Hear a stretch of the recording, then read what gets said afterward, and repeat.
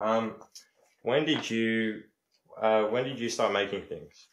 Oh, very young age. I can't really remember when. I was probably 3 or 4 when I first got my first toolkit. So, yeah, I was banging away and trying to drive nails into timber and cut bits and pieces. Not making anything, but just having a bit of fun.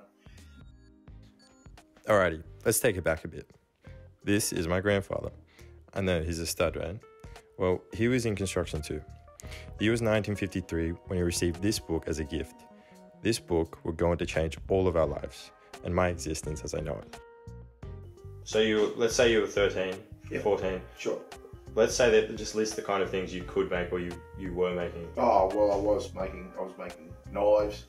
I was making bows and arrows, the sort of adventurous sort of things that kids like to make. And Mum and Dad knew I was pretty careful, so they gave me free range. You know, they knew I wouldn't take it out of the yard, so to speak. But it was just trying to make something that I knew was expensive to buy and try and make it myself out of the materials that I had at hand.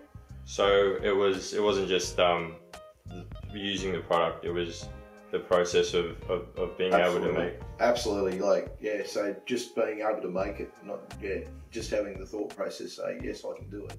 And then putting that into a plan where I could actually make it. So yeah, Dad was always creative, and he's furthered that in his later years, making glory boxes, pens, watch boxes, houses, guitars, but more importantly, he's created a means to make memories. So I guess no, he didn't make a house, but instead he made a home.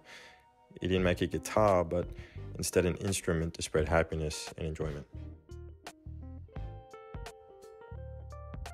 Alright, so as a kid your creative process was probably driven by fun, and as an adult, what would you say it's primarily driven by now?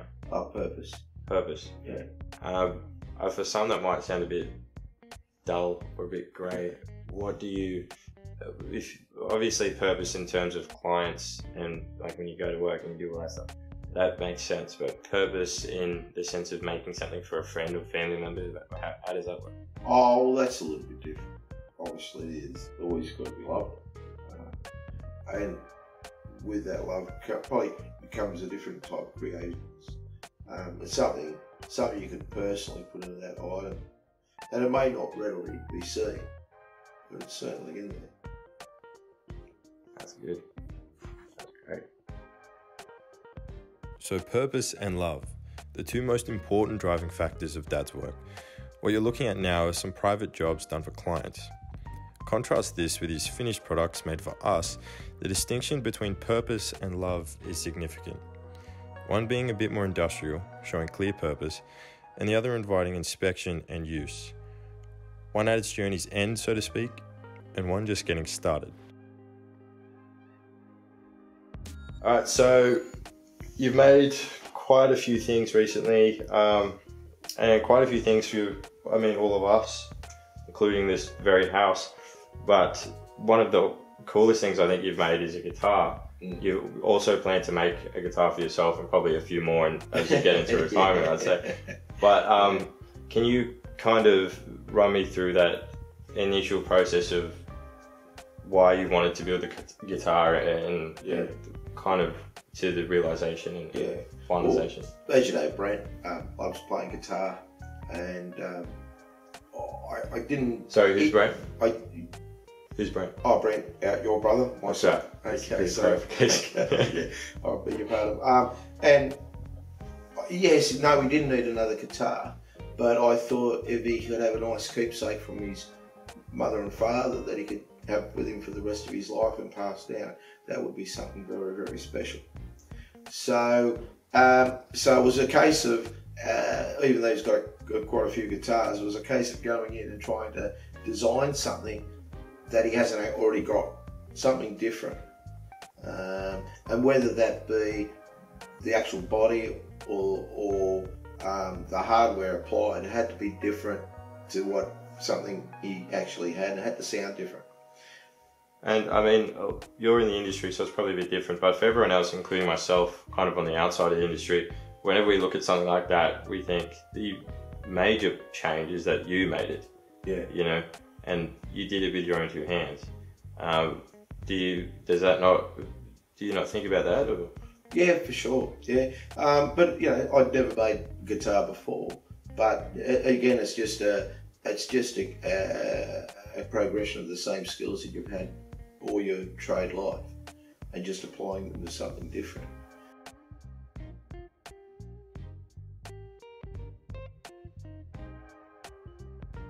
Alrighty, so we are living on the verge of immense challenges and opportunities that will change the way we live. Engage an audience in a fact-based dreaming of their possible futures. What's your interpretation of that?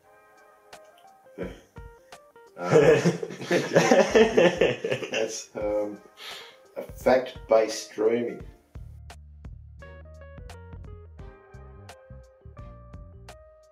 Yeah, it's probably trying to imagine what your future is going to be like. That's the way I see it, and where maybe one industry may travel in relation to another. Can you maybe give me some insights as to your industry in the future, or as how your industry would act in the future? Yeah, I think our industry will be changing.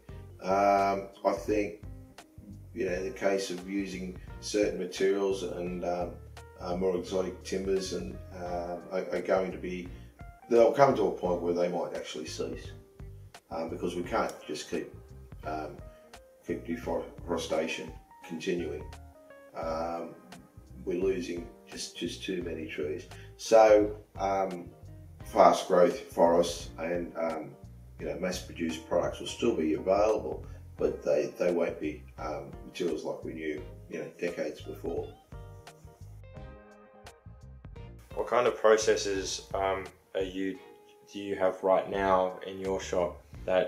So this is the fact part. What kind of processes are you currently doing?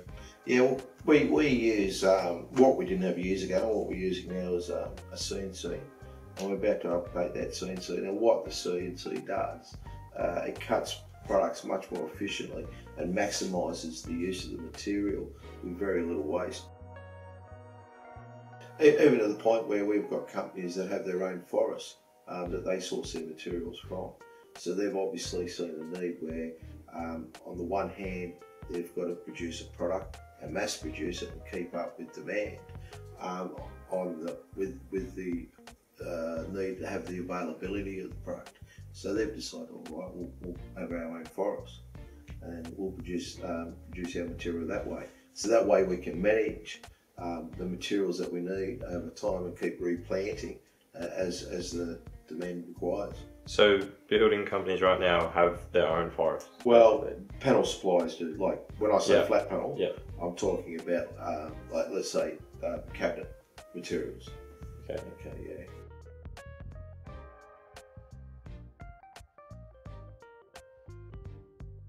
Aside from like future client work and private jobs, that kind of thing, what do you see yourself making? Do you see yourself getting more creative, possibly with maybe even once you retire, you've got a bit more time on your hands? Yeah, I'd like to do that. I'd like to still keep my hand in.